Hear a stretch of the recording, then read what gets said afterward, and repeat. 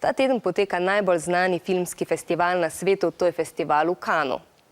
Poleg znanih imen iz sveta sedme umetnosti, kot so Gerard Depardieu, Nicole Kidman in Jennifer Lawrence, so se predstavili tudi slovenski ustvarjalci, in sicer z 2 celovečernima filmoma in 4 kratkimi.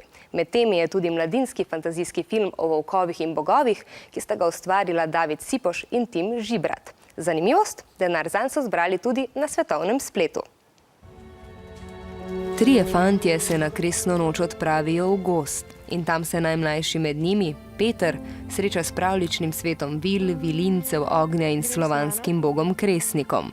Pomembni vlogi v 20-minutnem filmu sta odigrala osnovnošolca. Smo snimali od 8 do 3-4 pa noče, ne? In ves ta cajt stati buden, ni bilo lahko, ne? Je bilo pa fajn, ka smo se tudi zabavali v tem cajtu. Moja vloga je bila Vila in v bistvu v resničnem življenju bi rekla, da sva si kar podobni, ker sva bolj tihi. Zgodbo o samostojnosti, prijateljstvu in pogumu je režiral 25-letni David Sipoš. Že kot sem bil fant, mlad, sem najraje bral Harryja Potterja, 5 prijateljev, tako da me je to ves čas spremljalo. In šele po parih letih filmskega ustvarjanja sem si rekel, oziroma sem se najdel, da fantazijski žanr je pa tisti, ko bi me najbolj veselil.